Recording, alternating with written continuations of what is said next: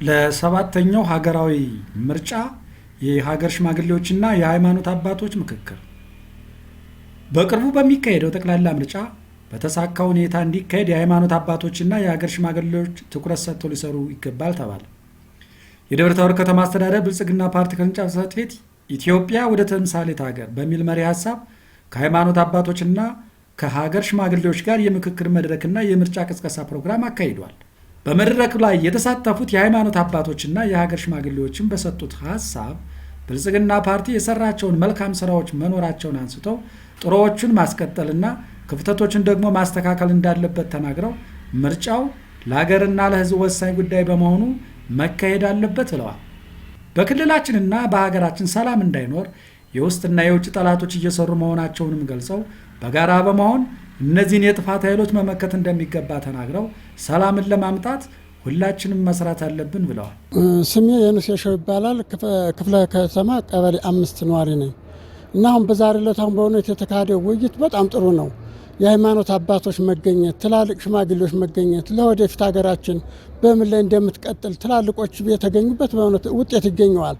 ለአሁኑ ትውልድም ትምህርት ይሆናል። በእውነት የአሁኑ ትውልድ ሀገር አልቦ ወጣቱ ሰከን ብሎ እየተመለከተ ለሀገራችን ምን እናርግ እያለ መንግስትም በእውነቱ እየተመለከተ በልበ ሰፊነት ሀገራችን ለጠላት እንዳትጋለጥ በልበ ሰፊነት እየሄደ አሁን ይህን ስብሰባ መጥራቱ በጣም ለሀገራችን ወሳኝ ነው። እንደገና ደግሞ ምርጫ ካርድ ማውጣቱ አንድ ካርድ ብዙ ነገር ትሰራለች። የምመርጠውን ፓርቲ ራሴ አውቄ መሄድ አለብኝ።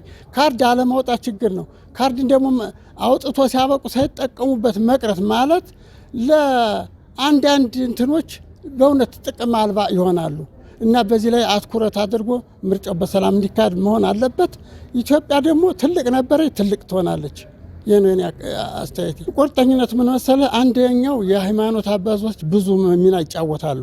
በእውነት ከሀገር መሪ ቀጥሎ የሃይማኖት መሪዎች ብዙ ስራ ይሰራሉ። ብዙ የሚያሳምኑት ወጣት አለ።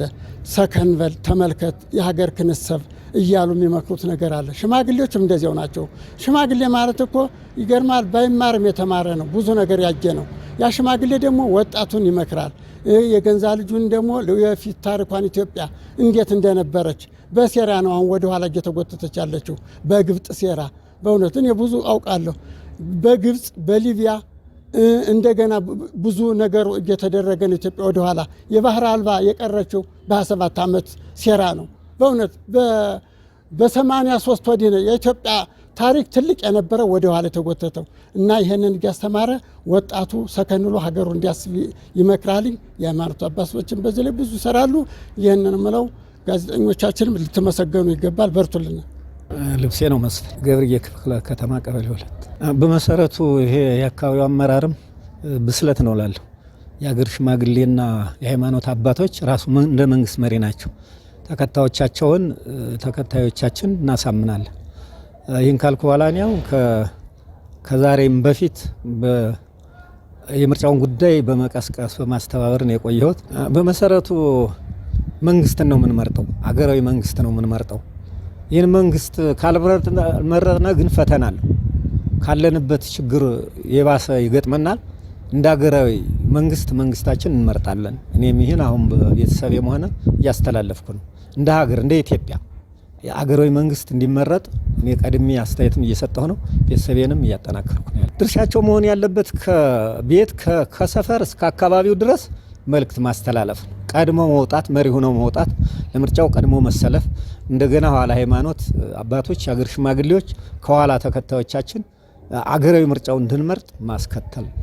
በመሰረቱ እውነት ነው። ሰላሙም ቢሆን እኛ አሁን ከእያንዳንዱ ቤተሰብ የወጣ ነው። አንዱ ትንሽየው በአንድ ወገን፣ ትልቅየው በአንድ ወገን። ይህን ደግሞ እኛ አውግዘን ልናስማማ ልናስታርቅ ይገባል። እርግጥ መንግስት ወደ ሰፊ ነው፣ ምንጊዜም ጥሪ ነው የሚያደርገው እና እኛ ነን አሁን ይህንም በእውነት ከሆነ ውስጥ ያለነው ንጹህ ከሆነ የእኛ ልጆች ናቸው አይደለም። እኛ የማይመለሱበት ምክንያት የለም። ግን ከውስጥ ያለው ጊያዝ የሚላለ እሱን ልንተው ይገባል። ከልባችን የኢትዮጵያ መንግስት እንዲመረጥ ጥረት ማድረግ አለን። የአበክመ ኢንዱስትሪና ኢንቨስትመንት ቢሮ አማካሪ አቶ ባይ ያለባቸው በበኩላቸው ብልጽግና ሰው ተኮር ስራዎችን እየሰራ መሆኑንና አጠናክሮ እንደሚቀጥል ገልጸው አገር እንድትጸናና ትውልድ እንዲቀጥል አባቶች መምከርና መስከር እንዳለባቸው አስገንዝበው የአሁኑ ምርጫ ከሌሎቹ ምርጫዎች የተለየ በመሆኑ ምርጫው በአግባቡ እንዲካሄድ ለማድረግና ሰላምን ለማምጣት ተጋግዘን መስራት አለብን ብለዋል። ምርጫ ለምን አስፈለገ የሚለውን ይሄ ምሁር ተረድቶ ለታችኛው አካል እንዲያስረዳልን እንዲያስገነዝብልን መረጃ መስጠት መቻል አለብን ብለን ነው ከእናንተ ጋር እንድንገናኝ የመድረክ የተፈጠረው። ይሄ ሲባል አደራ ነው የምንሰጣችሁ። አደራ የሃይማኖት አባቶች፣ የአገር ሽማግሌዎች ባህላችን፣ ወጋችን፣ ልምዳችን፣ ታሪካችን ታውቁታላችሁ። ይሄ የተከበረ ባህል፣ ወግ፣ ልምድ እንዲቀጥል እታች ያለውን ህብረተሰብ እንድትመክሩ እንድትዘክሩ ተደማጭም ስለሆናችሁ ማግባባትም ስለምትችሉ ጥበቡም ከእናንተ ጋር ስላለ አገር እንድትቀጥል ትውልድም እንዲቀጥል ውይይቱን ምክሩና መግባባቱን ካደራ ጭምር እንድትወስዱልን ለማስገንዘብ ነው። ትንታኔውና ብልሃቱ ከእናንተ ይጠፋል ብዬ አላስብም። ከዚህም በላይ መተንተን ማስረዳት ስለምትችሉበት ስለምታውቁት አበበ ተመረጠ ከበደ ተመረጠ እሱ አይደለም የሚያሳስበን፣ እሱ አይደለም። አገር እንዴት ትቀጥል፣ ለትውልድ እንዴት እናስረክብ ነው አሁን እያሳሰበን ያለ ይሄ። አባቶቼ አንድ 3 መሰረታዊ ነገሮች አንስታችኋል። ትክክል ናቸው ያነሳችሁት። አንዱ ያነሳችሁት ምርጫ ያስፈልገናል፣ ተወካይ ያስፈልገናል። ሁለተኛ ያነሳችሁት የኑሮ ውድነት ነው። ሶስተኛ ያነሳችሁት ተፈናቃዮችን ተንከባከቡን፣ ጎብኙን ነው። ምንም እንከን የሚወጣለት ሐሳብ አይደለም። ልክ ነው። መተጋገዝ መደጋገፍ አለብን ነው መነሻው። ይሄ ነው የሐሳቡ። ከኑሮ ውድነት አኳያ የብልጽግና አቋም አንድና ያው ነው። ሰው ተኮር ሁኜ እሰራለሁ ነው። ሰው ተኮር ሁኜ እሰራለሁ፣ የሥራ ዕድል ፈጥራለሁ፣ በዚህ ዳቦ ፈጥራለሁ፣ የኮሪደር ልማት እሰራለሁ፣ በኮሪደር ልማት ዳቦ ይፈጠራል። ምርትና ምርታማነት በገጠርና በከተማ አስፋፋለሁ። ለምሳሌ ስንዴ ልማትን መውሰድ ትችላላችሁ። የሌማት ትሩፋትን መውሰድ ትችላላችሁ። ለዕለቱ ለማይንቀሳቀሱ ዜጎች በከተማም በገጠርም የሴፍቲኔት ፕሮግራም እየተካሄደ ነው። እነዚህ የኑሮ ውድነት ማቃለያዎች ናቸው። ተጠናክረው ይቀጥላሉ ነው የብልጽግና አቋም እየሰራባቸው ያሉ። እዚህ ከተማም አለ። ለምሳሌ የኑሮ ውድነትን ከምናቃልልበት መንገድ አንዱ አምራቹንና ሸማቹን ፊት ለፊት ማገናኘት ነው ብሎ ቀይሶ አቅዶ እየሰራ ነው። እዚህ ከተማም ተጀምሯል። ለምሳሌ ሰኞ ገበያ ላይ የተገነባው የገበያ ማዕከል ቀላል ነገር አይደለም። ይህን ችግር ለማቃለል ነው። ግን ክፍሎቹን እጀ ሳያቸው ባዶ ናቸው። 3 ኩንታል ወይም 4 ኩንታል ጤፍ ብቻ ናቸው። ባቄላው እዚያ ውስጥ የማይገባ ለምንድን ነው? ምስሩ እዚያ ውስጥ የማይገባ ለምንድን ነው? ደላላውም አጭበርባሪውም በዚያ ውስጥ ስላለ እሱ እያሸነፈን ስለሆነ ይህንን ደላላና አጭበርባሪ መንግስት ብቻ ሳይሆን በየጎዳናው አስቀምጦ ፖሊስ የሚከታተለው ተጠቃሚው ማህበረሰብም ልክ አይደለህም ማለት አለበት። ልክ አይደለህም አንተ ደላላ ማለት አለበት። ከመንግስት ጎን መቆም አለበት፣ ጉሮሮም ጭምር ስለሆነ። ከዚያ ውጭ የብልጽግና አቋም የኑሮ ውድነትን ለማቃለል በአጭር ጊዜና በረጅም ጊዜ የሚከናወኑ ስራዎችን አቅዶ እየሰራ ነው። ከአጭር ጊዜ አኳያ የሚመረተው ምርት ወደ ተጠቃሚው እንዲደርስ ክትትልና ቁጥጥር እያደረገ ነው። በዚህ ላይ ህብረተሰቡ ተሳትፎውን ማረጋገጥ አለበት። ከረጅም ጊዜ አኳያስ በሁሉም ዘርፍ ምርትና ምርታማነትን ማሳደግ የዜጋውን ገቢ ከፍ እያለ እንዲሄድ እያደገ እንዲሄድ ማድረግ ስራ አልሞ እየሰራ ነው። ለምሳሌ በክልላችን የ25 ዓመት ፍኖተ ካርታ ታቅዶ ስራ እየተሰራ ነው። ይሄ የ25 ዓመት የፍኖተ ካርታ ከተተገበረ ሁለት የሚያማስሉና ችግሮች ይወገዳሉ። ግጭትና ድህነት ይወገዳሉ። ግጭትና ድህነት በቀላሉ አይወገዱም። መንግስትና ህዝቡ እጅና ጓንት ሆኖ ተባብሮ ከሚመጣው ድልም መጠቀም አለበት፣ ከሚያጋጥመው ችግርም መጋፈጥ መቻል አለበት። ድህነትና ግጭት ለዚህ ሀገር ጦስ ናቸው። ይሄ ድህነትና ግጭት የአንድ ዓመት የሁለት ዓመት አይደለም፣ የ50 ዓመትና የ60 ዓመት ታሪክ አለው።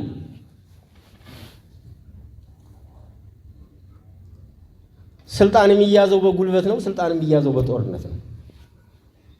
ሽሚያው መከራ ነው። በሽሚያው ውስጥ ግጭት ተፈጠረ። በሽሚያው ውስጥ ድህነት ተፈጠረ። ድህነትና ግጭት እንደ ኳስ ልያ እየተቀያየሩ ይችን ሀገር መቀመቅ እያስገቧት ነው ያለ። ብልጽግና ደግሞ ከህዝብ ጋር ሆኖ ይሄን እየመከተ ነው ያለ። ይቀጥላል። የኑሮ ውድነትን ከማቃለል አኳያ ተፈናቃዮች ጉዳቱ እናንተ ከተናገራችሁት በላይ ነው። ልክ ነው። ግን አትብሰክሰቡ። ብሶታችሁ ይታወቃል።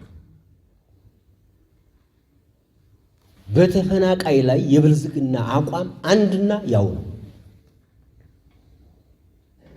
ማንኛውም ዜጋ በየትኛውም ቦታ እየኖረ ሀብት እያፈራ መኖር አለበት ነው። ሕገ መንግስቱም ይሄን ነው የሚደነግግ። ይሄንን የሚጥስ ግለሰብ አለ፣ ይሄንን የሚጥስ ቡድን አለ። በግለሰብና በቡድን ነው ዜጎቻችን እየሞቱ እየታረዱ ያሉ። ይሄን በጋራ ቆመን ማውገዝ ነው። ከተፈናቃዩም ውስጥ ግን ችግር አለ። ሸፍነን መሄድ የለብንም። ችግር አለ። ብዙ ስራ ተሰርቷል። ብዙ ግንዛቤ ተፈጥሯል። ምቹ ሁኔታ በተፈጠረበት ቦታ መመለስ አልቻለም። እሱን አላሰፋም። አሁን ሰዓቱም ስላልሆነ አሁን ደግፉን፣ እንታገዝ፣ እዩን የሚለውን በጥሩ ጎን ነው። ልክ የደብረ ታቦር ከተማ አስተዳደር ከንቲባ አቶ ደሴ መኮንን እንደተናገሩት ብልጽግና ፓርቲ በባለፉት ዓመታት ዘርፈ ብዙ ስራዎችን መስራቱንና አጠናክሮ እንደሚቀጥልም አንስተው 7ኛው ጠቅላላ ምርጫ የህልውና ጉዳይና አገርን የማስቀጠልና ያለማስቀጠል በመሆኑ ምርጫው በጥሩ መንገድ እንዲካሄድ እንዲሁም ነፃ ፍትሐዊና ዲሞክራሲያዊ እንዲሆን ሁሉም መስራት እንዳለበት አስገንዝበው ሰላምን ለማምጣት ሁላችንም ልንሰራ ይገባል ብለዋል። እንደሚታወቀው በዚህ ዓመት 7ኛው ዙር አገራዊና ክልላዊ ምርጫ ይካሄዳል። ይሄ ምርጫ እስካሁን ከተካሄዱት ምርጫዎች ለየት የሚልበት ልዩ ባህሪ ያለው ከእስካሁኖቹ የሚለይበት የእስካሁኖቹ ምርጫዎቻችን በአብዛኛው ያተኩሩ የነበሩት እኔ ያሸንፍ የፉክክር ጉዳይ ነው ያለው። የዚህ ዓመት ምርጫ ደግሞ በተለይ እንደ አማራ ክልል እና እንደ ዞናችን የውጭ ጠላቶቻችን እነ ግብፅ እና ህወሓት ኤርትራ ተደምረው ከውስጥ ባንዳዎች ጋር ለምን መንግስት ይኖራል፣ ለምን ውድድር ይኖራል ብለው በሚሟገቱበት ሰዓት ላይ እንደሚታወቀው 6ኛው ሀገራዊ ምርጫ ስናካሂድ ሁሉም የኢትዮጵያ አካባቢዎች ውድድር ሲያካሂዱ የትግራይ ክልል ውድድር አላካሄደም። የትግራይ ክልል ውድድር ባለማካሄዱ ለተከታታይ ዓመታት እንደታመሰ መንግስት የሌለው ክልል ሆኖ እርስ በርሱ ሲተራመስ፣ የትግራይ ወጣት ሲሰደድ፣ የትግራይ ባለሀብት ያፈራውን ጥሪት ሲያጠፋ፣ ስርዓት የሌለበት ሀገር ሆኖ በኢትዮጵያ ሞዴል ነን ኢትዮጵያ የተሻለ ነን ሲሉ የነበሩት እንዳልሆነ ሲሆኑ ነው ይህን ዓመት ያሳለፉት። ይህን ታሪክ በክልላችን ለመድገም መሰረታዊ ጠላቶቻችንና የውስጥ ባንዳዎቻችን በዚህ ክልል ምርጫ ሳይካሄድ ቀርቶ ክልላችን የትርምስ ቀጠና እንዲሆን በየትኛውም መስፈርት በአገር ደረጃ መንግስት መመስረቱ አይቀርም። የእኛን ክልል ግን በልዩ ሁኔታ ክልላችን የትርምስ የብጥብጥ መሪ የሌለው ክልል ለማድረግ አልመው በሚሰሩበት ሰዓት የምናስኬደው ምርጫ ነው። ስለዚህ ይህ ምርጫ ለዚህ ክልል የህልውና ጉዳይ ነው፣ የሉዓላዊነት ጉዳይ ነው፣ ሀገርን የማስቀጠል ክልልን የማስቀጠል ያለ ማስቀጠል ጉዳይ ነው። በስርዓት የመዳኘት ያለ መዳኘት ጉዳይ ነው። ስለዚህ ከእስካሁን ለየት ያደርገዋል። የመኖር ያለ መኖር ጉዳይ ነው። ለዚያም ነው በየደረጃው የተለያዩ የህብረተሰብ ክፍሎችን ስናወያይ ሰንብተናል። የተሳካ የምርጫ ምዝገባ ማስኪደናል። በእኛ ከተማ የተሳካ የምርጫ ምዝገባ አስኪደናል። ወደ 69,000 ህዝብ ተመዝግቦ ካርድ አውጥቷል በእኛ ከተማ። ይሄ ከባለፈው ዓመታት ላይ በጥፍ የጨመረበት ሁኔታ ነው ያለ። ይሄ ካርድ ያወጣ ህዝባችን በየደረጃው ተወያይቶ ቅድም እንዳልኩት የህልውና ጉዳይ ስለሆነ የምርጫው ቀን ምርጫ መምረጥ አለበት።